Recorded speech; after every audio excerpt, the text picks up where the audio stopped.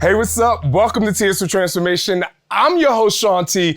And let me tell you something right now. I am so excited about this show purely because we are celebrating you. I've said so many times for so many years, when I teach a class or when I do a workout or when I put out a program, I'm like, this is not about me. I never go to a class to celebrate me, to try to get my workout. It's always all about you. And T is for Transformation is all about you. Yes, I wrote a book, T is for Transformation, and I talked about my own personal story, but it is about you. It is about you taking control of your life and me finding ways to celebrate you through people who want to celebrate you just like you want to celebrate you.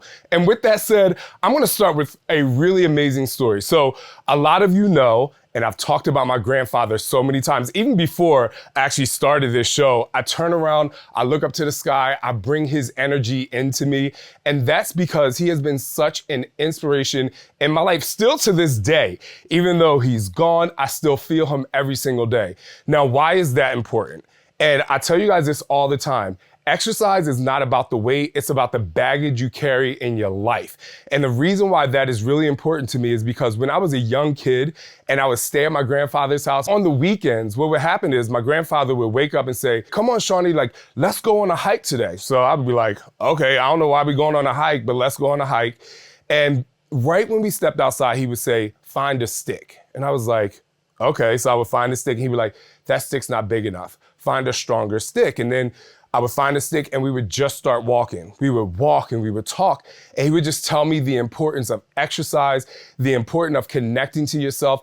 And this stick is to balance yourself when you feel like you can't give anymore. And it was so inspirational and so impactful for me and my life at that time and even now. And as a kid, you really don't know how to process something, but when it hits you as an adult, it becomes exponentially amazing. And today, why is it so exponentially amazing today? It's because when I was born, my grandfather was already 62 years old. So if I'm 8, he's 70 years old, taking me out on a hike. I had no perception of age. I just knew that he loved me and he wanted to teach me and he wanted to push me, not realizing that he was transforming me at such a young age. Why is that so important? Because today's guest on T is for Transformation is Keeper Catran-Whitney, a man whose transformation story is a testament to defying age-related limitations and achieving remarkable physical and mental rejuvenation. You all know I have the tattoo, Conquer Your Mind, Transform Your Life, because mental fitness is the leader of everything when it comes to me and how I want to motivate you. At 64, Keeper committed to digging deeper, overcoming significant physical challenges, and his mindset shifted to helping others over 60 see the possibilities of physical transformation. That's right. Most people think that it's about the 30s, the 40s, the young people, but Keeper is going to change your life today. Let's learn more about Keeper. Time will make fools of us who are over 60. It will take away from what we have physically, and then we start to be convinced that that's it. For those of you who are 65 and older, the question always comes back to, how do you want the end to end? I was born deformed. I have congenital compound scoliosis, and knowing Shaun's background and who he is and what he's about, I'm like, I got nothing to lose, so I'm going to do it. I had gotten pretty out of shape with COVID, and I had picked up 30, 35, 40 pounds. My blood pressure started going up, my cholesterol started going up, and my doctor's like, you gotta do something about this. Health issues, severe physical limitations, but I just went for it, and here I am. One of the biggest lessons that I've learned that I did not expect to was that I could do it. That's always the fear for someone in our 60s. Can we do it? And the answer is absolutely yes. Without further ado, I'm so excited for my first guest on Chance for Transformation, not only because he's over 60 like my grandfather was, but because he is so inspiring and is going to take you on such an incredible journey today. Keeper, welcome to the show. Get up here, give me some love. I know we don't have music right now, but you better dance with me a little bit. What's up, man? What is What's up? up? Thank you so much for being here. Have a seat. When you started that grandfather thing, I'm thinking, oh no, he's not going to do that. I was sent out to get a stick when I was a grandchild, but the motivation was very different. It was to come back as a switch. Well, listen, I'm not going to say I never had to grab the switch. Okay. I'm just saying that stick was a different kind of stick. Yeah. I really appreciate you being on the show. I have so many things to ask you. I'm going to try to keep this, I'm not going to try to keep it quick because I want people to be inspired and motivated by you. So first, I want to start out with, what is congenital compound scoliosis and when did you find out you had it? Okay, so congenital compound scoliosis means you were born with it in a deformative way. My scoliosis, for most people, they may have one S-curve, maybe two. I have 5. So my head and pelvis line up perfectly, luckily. It's just in between I have 1 curve, 2 curves, 3 curves, 4 curves, and then my spine turns 90 degrees to the right. So I have at least 10 vertebrae that did not fully develop. And I found out about it when I was in the 6th grade. I was bending over, I was in a t-shirt, and my mother looks at me and she says, "What's wrong with your back?" Like, what are you talking about? As if I have eyes in the back of my head, right? No, she said, "What is that hump?" I have no idea what you're talking about. I can't see back there. She rushes me to Children's Hospital. Turns out I have the scoliosis issue. At the time was the worst scoliosis issue they had ever seen. And it is still the worst they have ever seen. So for me, they said, if we were to straighten your spine, you would be 6'1", 6'2". But because you've lost 5 to 6 inches of height, you're like 5'8". Here's your option. We can put you on a gurney for a year, put you in a body cast, run rods through your collarbone, through your hip, through your knees, through your ankles, and you just have to lay there for a year, and maybe it will straighten you out. Otherwise, you go through life, and maybe by the time you're 21, you will be 90 degrees bent at the waist. You know, I know you started Dig Deeper at the age close to where you are now. I'm not sure if you had a birthday since you've done Dig Deeper. Let's go back a little bit. When did you actually start working out? Because there are a lot of people who will use that as a barrier and an excuse to stop them from doing, not just working out, from anything. People just use things as an excuse not to push forward. So when did you start working out, and what was the motivation for you to be like, nah, like, we're not doing this, I'm not keeping this at bay? At that time, my mother says to me, "What do you want to do?" I told my doctor, "We're not doing that. I'm just going to continue to try to figure out some exercise to do it." Jump cut to 2008. I had 3 vertebrae in my neck replaced because on 3 different occasions in a matter of 10 years, 3 different garage doors disengaged and slammed on my head. 3 different homes. Broke down the vertebrae in my neck. So I go through all of that fusion, and the owner of the physical therapy place comes to me and he says, "You are so amazing at the physical therapy. Have you ever heard of insanity?" Wait a minute, what? Right, oh, right. And so I said, "No." He said, "Have you heard of Shaun T?" I'm saying, "Shaun who?" I have no idea. He said, "I think," and I've never recommended a fitness program to anyone after physical therapy, "I think you should do that. You are the only client I have ever had that I think could use that as a way to further your physical therapy."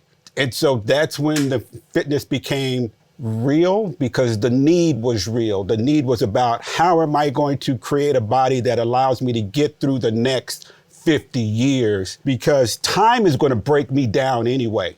I'm going to come up with all sorts of stuff that's just time related. You know, your body's going to break down. I need to arrest it in some way. I need to slow it down. Doing insanity, and I went crazy with it. I did it. I got into the 60-pound vest. I was doing all of it. Wait, first of all, I've never gotten into a 60-pound vest with insanity. So what was the motivation for you to want to do that? I needed to be better than what I was. I needed to be better than last year. I needed to be better than a month ago. I needed to be better than yesterday. And the only way to do that is the same as with Dig Deeper. You got to go for it. You can't be constrained by your fears. Right. You can't be constrained by what other people are saying. They will stop you. And so I just said, look, my body will adjust.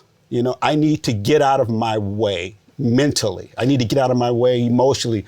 let my body do what it's going to do, because the body will adjust if you allow it. The body will adjust, but there's something that you have to do, whether it's mentally or physically, to push through the pain. Absolutely. Because pain, be it internal or external pain, is pretty much the driving force for people to continue to build barriers on to where they want to go, right? No doubt. I just want to know your process of pushing through the pain. Because listen, let's call it what it is. You are how old are you exactly? I'm 65 right, now. So you're 65 years old. There are a lot of people who are finding ways to produce barriers so they don't have to do it. So what is your process of pushing through that? Well, you just said it. People produce barriers. You know, they get in their way. I grew up very poor. I lived in 21 different homes. We were homeless 3 times. I used to scrounge the street for bottles to turn into cash to get a pound of ground beef for my family of 10. That was my childhood. And so I knew in order for me to be of any value to myself growing up, I needed to figure out a way emotionally to get past all the loss and all the trauma and all the burdens, even though they're going to be there. But I had to get to a place, Shaun, where it was like, okay, what do I need to do? So at 65, I looked at where I was and I got a chance to do something, your program, Dig Deeper. And I said, you know, that can help propel me to an even better place if I let it. So my process is always, number one, what's in my way? Who is in my way? Is it someone external? Is it something external? At the end of the day, it's not. It's just not. It is me. It is you. What do you want? And then are you willing to accept the reality? And the reality is you're the problem. Then are you willing to take the necessary steps to do it? And, you know, we all say yes in the beginning. We all say yes in the beginning. Yes without action, though. Absolutely. We say yes without action. So many people say, I bought your Insanity infomercial. It's still on the shelf. I bought your Insanity infomercial. I didn't start it yet. And it's because you said yes to what it is that you know is achievable, but you don't take action behind it. Right, right. I don't know what your thought is about this. And by the way, one of the things that I have to overcome constantly is I'm a stutterer. I'm a chronic stutterer, always have been, always been teased about it. Am I gonna let that get in my way? No. For most conversations, when I wanna say something that starts with a particular word, for instance, I need to create a sentence runway that allows me to say that word. Give me an example. I have trouble with the word trouble, tease. Oh, yeah. So I gotta come up with a way. My runway is, you know what, I have trouble with. It gets me to say trouble without having to stutter too much. You know, it might be a D, it might be a S. I learned that early. I needed to create C, right? I just paused there. That's me kind of, how do I get past that? So I have to create a runway. And I think in life, we have to create our own runway. And my runway is, I know what I want, but in order for me to get there, the biggest transformation is not mental, it's not physical, it's emotional. You have to be able to emotionally accept who you are and what you're about, because we can logically say yes to any number of things and say, I'm going to do this. Yeah. That's not going to get it. You have to emotionally arrive and accept the reality of your situation and then say yes. And my emotional reality at this point was, can I do your program? I knew they were going to tell me no. I knew they were going to tell me I was too old. So I was like, oh, nah. I know who I am. I know what I'm about. And so to put a fine point on your question, my process is, what's the problem? How do I get around it? And what am I doing to get in my way? I have to remove all of those obstacles, because I could have a fear of failure or I have a fear of success. Both are going to arrive at the same conclusion. I may succeed, I may not, but I'm afraid. I'm afraid of the success. I'm afraid of the fear. I need to get both of those out of the way. Why do you think people are afraid of success? Because they're afraid of failing at it. You know, I say this, and I know you know this. You have to be successful at failure to reach success. What I say to people all the time, whether it's because they don't want to work out, whether it's because they're afraid to say something in their relationship, whether it's they're afraid to like start a new job, we literally as humans started out failing. Like we couldn't even lay on our stomach and push ourselves up. We would fall when we walked. We would stutter when we talked, or we wouldn't be able to understand certain things. And for some reason, as we get older, I feel like we get this baggage that makes us be afraid to really embrace failure. Even in fitness and in bodybuilding, the one thing that makes you grow is reaching a point at where you can't push the weight anymore. Reaching a point of failure. Exactly. There you go. To reach success, you have to really embrace failure. But let's talk about a runway, another kind of runway. Okay. You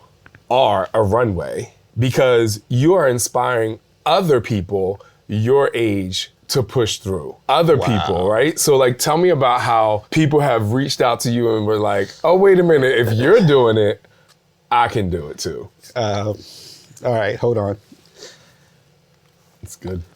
The challenges that I've had to overcome in life, from being sexually abused, 7 of my brothers and sisters, including myself, were child sexual abuse victims for around 20 years in our home by our parents and babysitters. So you have to be able to find people, places, and events that can bring you forward. And your question now makes me think about all of this stuff, because if people are looking at me as someone that can help them improve themselves, believe in themselves, give them some support, it's fascinating because of my age, you know. Prior to doing the Dig Deeper study group, I had never heard of Dig Deeper Nation. 5 weeks in, we're in this thread and people are talking about D&D. I'm like, I have no idea what that is. And so this one guy shoots me a message. He says, Shaun's gonna call you. I'm like, man, that man ain't gonna call me. What's that man gonna call me for? I haven't done anything. He said, man, I'm 65 years old. I'm just trying to get through this. He said, but you have no idea what you have done for us. The person that's closest to me in age is 10 years younger. I'm like, what are you guys following me for? This the man that y'all should be following. And they're like, but no, you don't understand. We are with you at this point, doing it with him, and you are so inspirational to us. I'm like, that ain't happening. So then I look at Dig Deeper Nation, your Facebook group, which was just utterly amazing. Thank you. It is fantastic.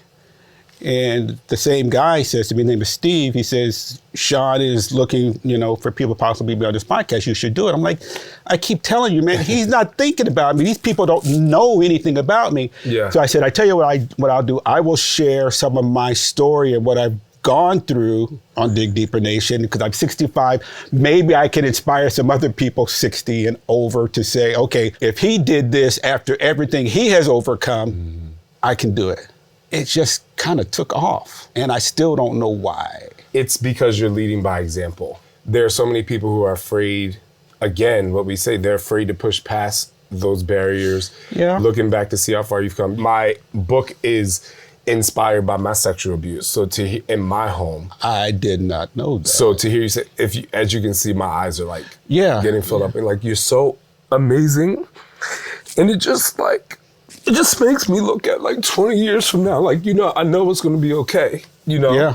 Because I still go to therapy about it. There's still things that, you know, get in my way. So I smile in the tears because I'm just like, wow, the universe, like they like, Shaun's going to call you and like, look at, you know, it's like when I got married, my friend Darren, who gave my wedding speech, we're like, you know, when 2 points are destined to meet, like there's nothing that can get in the way. And I feel like that about my husband, and I feel like that when I meet people like you, because, you know, you're a walking billboard to people being able to change and transform through exercise. Yes, great, you know, but you started out with many barriers that you were able to push through. I'm gonna stop crying here, but I like to cry. So it's like, there's a lot of people out there that don't like to cry. I'm like, oh my gosh, this is so great. It is therapeutic. Yeah. I think most people should cry, you know, just let it out.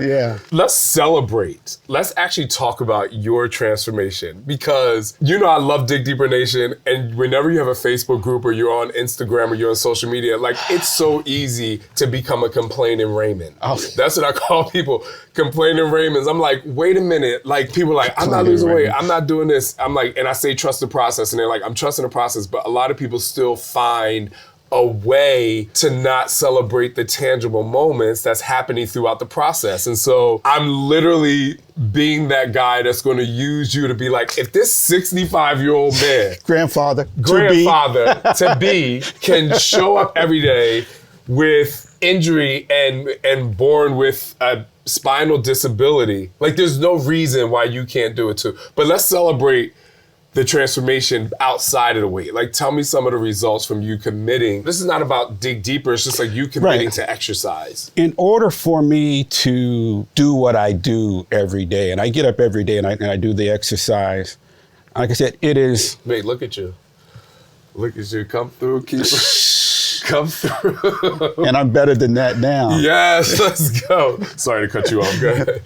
I like that. I like the way that brother right there looks. He looks better than that 205 guy. He's in it. Let's go. In order for me, and I got to give you a foundation of how the transformation from 205 to this, I have to put on knee braces, 3 different back braces. I have to put on wrist braces.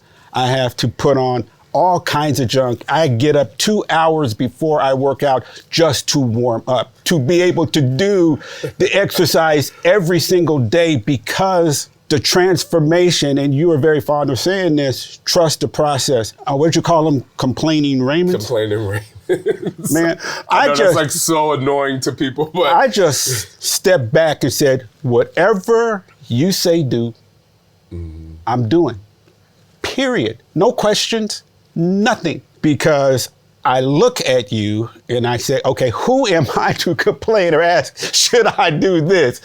Like, nah, there's the example right there. So I get up every single day at 4 o'clock to work out at 6 o'clock with still our test group every day. And from week 1 to 5 was very little change visually. Visually, on the scale, minor. But what I needed at 65 was to be stronger. I needed my cardiovascular stronger. I needed my endurance stronger. I needed my bones stronger. I needed my tendon stronger at 65. That's what I need. So I wasn't tapped into this whole muscle thing. You know, even though I know I'm going to get there just because that's the part of the outcome. Yeah. I did not trip on what was happening the first 30 days. What had not happened the first 60 days, I didn't even care. I just stuck to it, and little by little, incrementally, I start to see change. I'm like, okay, let's just keep doing what he say doing, because that's me getting out of my way and allowing the person who knows what to do to, as you say, Shaun take the wheel. When I say Jesus take the wheel. Yeah, I'm going to say Shaun take the wheel. So tough. my transformation was hard. It was something that I just, as my wife, she would say, you're still doing this. I said, I have to, you know, because I know what is going to happen in the end. It's not the beginning, it's not the end, it's in the middle where everything happens, and that's where people fall off. You know how many people go to college every year and they go through 4 years of college. Their freshman years, they suck. They don't know what the hell they're doing. They probably can't even get through the campus by themselves, but they stick to it for 4 years. And then I see people complain after 4 days. And I'm saying, are you kidding me? After 4 weeks, are you serious? You will stay in a relationship for 20 years and battle that thing out. Are you serious? You will raise children and all the ups and downs for 30 years. And you complaining because you have not reached the pinnacle of the look that you want in 5 hours? Stop. If you are someone who is accustomed to teaching others, you know the process. Not just you, but others. You understood. I think that, you know, that's why I tell people, especially with muscle building and fat loss. I'm not talking about weight loss. I'm talking about body fat percentage loss. Time is your best friend, because as you build muscle, your metabolism increases. But wait, what was your body fat percentage change? My body fat percentage change in 12 weeks. I went from 25.5% down to 12%. I just followed the program every day to the Shaun T. Hey, get into it. You know, this may seem a little like self-loathing, but it's so important to me. Self-loathing? Right? Really? You know, like, come on. But it's so important to me. You know, I know how you feel when you're doing the workouts. I know you're doing the movements, but you talk about these little nuggets of information that I give that I think so many people miss. That I try to sneak in there. But I want people to hear from you, so Okay. There are so many nuggets in Dig Deeper. It's just too many to count. From Christian saying when she recommends you take fiber at night, I'm like, oh, that's better to do it at night, to you having coffee maybe during the middle of the workout for the energy. I'm like, oh, you can do that? Case in point on the little nuggets. I've always done bicep curls like this, just down.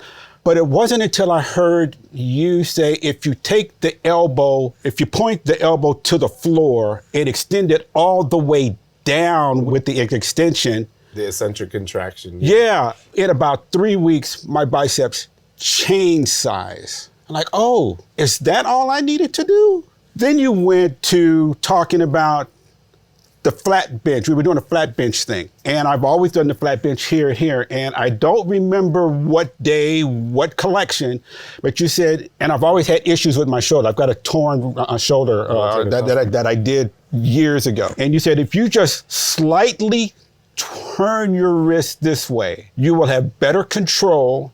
You will have more strength. And I was doing 70-pound dumbbell presses. I'm like, oh, this is too simple. Come on with it. This is too simple.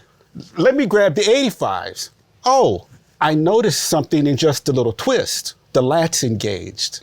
The lats became more supportive. They stabilized so I could just push harder. And it's all because the little nugget of information, you have these things that can really help transform not only your body, but your mind and your mental and spiritual state. And I got out of my way. I let you just tell me what to do. Yeah. So I had mentioned it to some people. I said, how is it that you're doing that? I said, y'all, there is so much information. You guys think these are throwaway lines. That's why, when in a workout program like this, when people are like, oh, I have to repeat this the next week. I'm like, if I gave you a quiz on everything that I talked about in that workout, would you pass the quiz? No, you wouldn't. No. And not only would you remember it, but do you actually know how to engage? Are you pushing to that point? Are you choosing the right way? Even myself, if I do the workout, I'm changing every single day. My energy's different. I do love that you find so many ways, so many nuggets, so many ways to help other people. So many ways for you to find a way to push forward, to engage your mind and body, to change your body. But so many people out there have excuses as to why. What is your take on excuses as to why they can't do it? I think people create excuses out of fear of failing. I think ultimately that's what it boils down to. They're not afraid of the success, even though we believe we can get there and we can be afraid of that, what happens to my life after. But the fear of failure, there's a book called Feel the Fear and Do It Anyway that I read about 20 years ago. And that became my mantra. Feel the fear, do it anyway, and let whatever happens.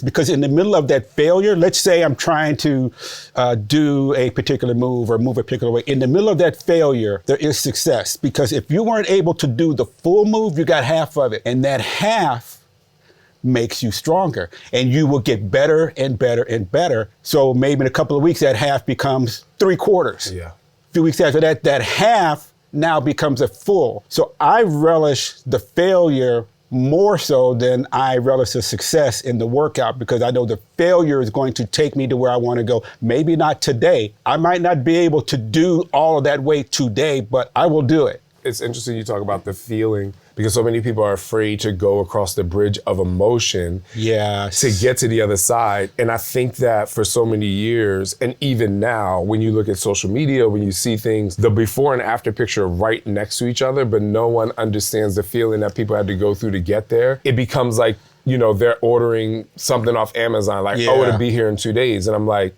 that's not how this works. Done. When I posted my 12-week transformation in Dig Deeper, because I would just shared it with our group. Yeah. What I went through week to week to week, I'm like, okay, Shaun is talking about this. And he was telling people, trust the process, trust the process, trust the process. And I thought, okay, in my mind, he needs to be able to visibly show it, not with himself. So I said, okay, let me show you what he is talking about. So I go from 205 to 172. I go from 25% body fat down to 12% body fat. I go to 35-pound bench presses up to 95-pound bench presses, 95-pound double rows, bent over rows. Wait, so you saying that you were lifting more than me at the end? Well, that's only because I'm not tripping on that. I'm here for it. No, but I'm not even tripping on that because I understand I'm not lifting anything like you. I'm just saying, if you just listen, Shaun can not only take you through a weight body composition transformation, you will find you are a different person at the end of the process. The victory is not at the end. It's not at the beginning where you say, I'm going to do it. It's what you do in the middle. I need you to tell everyone about your grocery store story. Everyone needs to hear this. This is impeccable. This is like, this is like the true graduation in my opinion. Here's the deal. So I'm going to the grocery store and I have a cart and I'm walking through to go to the aisle and there's this woman ahead of me. And I say, and we kind of reached the opening of the aisle at the same time. And I said to her, please? She said, oh, no. No. I said, what? Please go right here. She said, no. You go first because we don't have guys looking like you in this store. I want to see you from behind. See, y'all think I'm messy? Like, and another thing, like, if I'm going to be messy, I'm going to be messy 20 years from now, and I'm here for it. There you go. I went home and told my wife, we've been married 38 years this year, and I went home and told her, and she said, okay, cool. The best thing about it is you come home to me every night.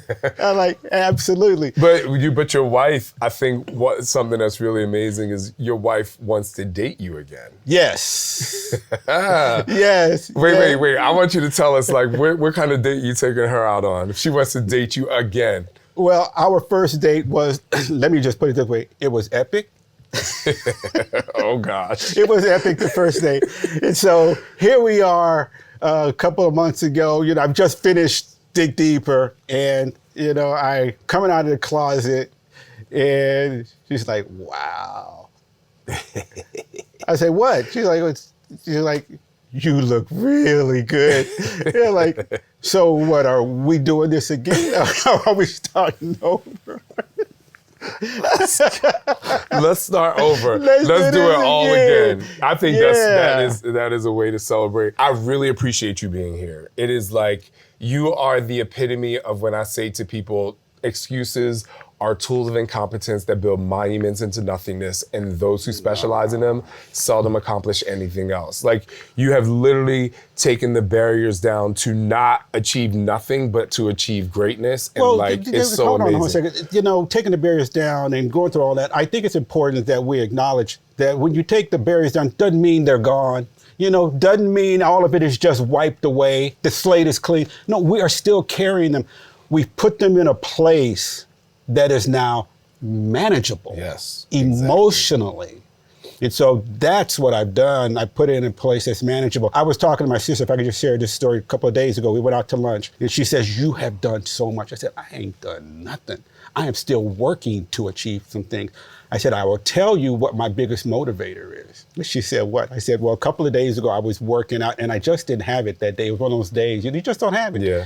And I was pissed because I knew what I wanted to accomplish. And I said, I immediately went to all of the teasing that you guys did to me when I was younger.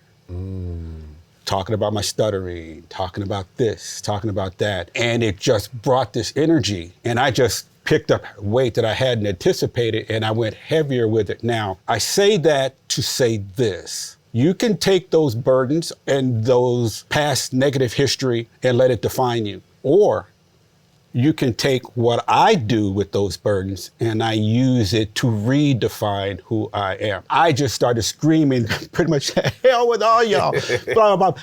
But she said, wow. I said, because I needed the motivation, and I use everything that happened to me in the past as something positive. Yeah. because the life doesn't need to end in tragedy. It's like with my family, you know, I've written a book called Helplessness, and it's, you know, we all have this feeling of helplessness, but at the end of the day, what do you do with it? So I said, I use all of that to propel me forward, not to pull me back. So if you're going to do any kind of transformation, you can cling to all the burdens and the baggage if you want to. I don't have time. And people who are 60 and over, we don't have time. Well, I was going to say something really profound that you talk about that I think it can be jarring for a younger person to understand. You're like, I have more days behind me than I have in front of me. Oh, wow. I'm 65. If I'm lucky, I'm going to have another 20 or 30 good years. But as we talked about earlier, osteoporosis is going to sit in. There might be some dementia that's going to set in. Blood pressure is going to go here. Cholesterol is going to go here. I'm going to get weaker. It's just a natural part of life. When I was 30, I knew I had a lot of time. When I was 50, I'm like, okay, you just now crossed the halfway point, but you still got a little bit of time. When I hit 60, it's like, oh, shit, you don't have any time. So I have less time in front of me than I have behind me now. And I know what's in front of me, it's 6 feet deep. The question is, what am I going to do with the time between now and the 6 feet? Because when I'm 30, I never thought about death, but I think about it now. So I have less in front of me that I had behind me. So I don't have time to mess around. I don't have time to be holding on to this stuff. I'm looking for people, places, and things that can help me get to where it is I need to go. And anyone in their 60s would tell you that's a thought that is constantly on our mind. What are we going to do? Because we got kids, we got grandkids. Are we going to be around? Or what can we leave for them? It's about a legacy. It's about generational thinking. And that's how I do it. I know you are very much about that. You and your family are very, very much about that. By the way, you have a beautiful family. Thank you so much. I saw your son run and leap and do that flip onto that couch. I'm like, what the hell? I know, trust me, I love it. Thank you for that. And, you know, thank you for being here. I think if not just people over 60, but if everyone takes a moment, maybe listen to this or watch this twice through, because just like my workouts, when I repeat the workouts, people are like, why do I need to listen to that again? Because you didn't catch everything. And if you try your best to learn as much as you can from other people, your life will transform and be inspired. So Keeper, thank you for transforming, inspiring me today, making me cry. Man, you brought me to tears, so why not share, right? Yeah, sharing is caring. I just appreciate you. And I hope it's okay for me to say I love you. I think you're just so wonderful. I appreciate it. Shared, love you too. I'm just trusting the process. I'm going to go on the cut journey with you. All right. And just see what happens at 65. Go. So, are you going to come to the event in July? Maybe. If I can, if you know you want me to come, I will come. Yeah. We'll do a posing session together. Let's go shirtless. All right. Thank you so much. I appreciate it. This has been wonderful. Keeper's story is a strong one that I'm sure has inspired all of you. But I would like to introduce you to the Teachable Moment segment of T is for Transformation, because here, not only do we share real life stories to inspire and motivate, I like to present you with the facts to help you make some informed decisions to make the best choices in your own lives. Now, we all know exercise is good for us and is something that enhances our health, but what are the facts behind it? And you know, I love me some facts. So first, I would like to talk about the science of muscle building and fat burning at any age. First of all, you all know I say muscle is the fountain of youth, and because of my shoulder surgery, I really realized that I needed more muscle on my body as I've gotten into the mid-40s to protect my body. But most importantly, I've learned that it's given me energy and I just feel really good. Muscle tissue is metabolically active and burns more calories than fat, even at rest. One study suggests that every pound of muscle burns 5 to 7 extra calories per day at rest compared to a pound of fat. Now, while I don't have it in my hand, I do want to show you that a pound of fat is about this big and a pound of muscle is about that big around. So when you think about losing weight or muscle gain or fat loss, it's less about the actual weight that you're losing and more about the fact that you're losing fat, gaining muscle, and you're burning more calories. Now, why does all this matter in Keeper's case? And to all of us other adults too, adults can lose 3 to 8% of muscle mass per decade after the age of 30. You all know as we all age, we lose muscle. It's called sarcopenia. Adults can lose 3 to 8% of muscle mass per decade after the age of 30. This loss accelerates rapidly after the age of 60. That's why Keeper is gonna be my inspiration for a long time, because if he has that much energy and he looks that good at 65, he is gonna be my motivation. But more importantly, that's why strength training throughout our lives is so important. Strength training increases bone density and reduces the risk of osteoporosis. Studies show that resistance training can increase spinal bone density by up to 13% in 6 months. So you heard it here first. Don't try to only focus on weight loss. Focus on muscle building. It has so many amazing effects. Regular physical activity is associated with a longer lifespan. Studies from the AHA show that adults who engage in 75 to 150 minutes of moderate to high intensity exercise per week have anywhere from 19 to 31% lower risk of mortality from all causes. Now, for all of you, now I know I don't do Insanity or Max 30 every day, but for all of you who are afraid to push yourself to dig deeper to the next level, now you know that's why I really push you to do it. It's about longevity. And in case you didn't know, exercise is also beneficial for your mental health. You all know that I'm all about mental fitness.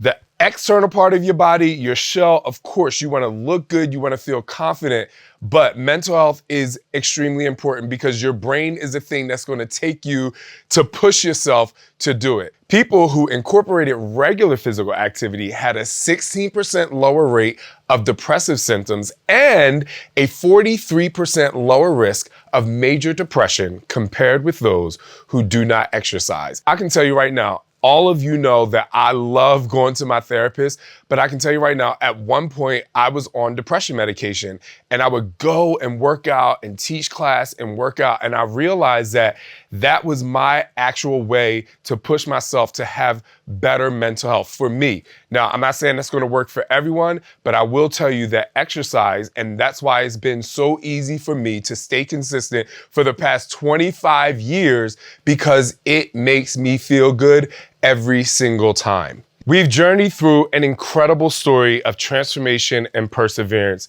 Keeper's story is a powerful reminder of what's possible when we commit to our physical and mental health regardless of age.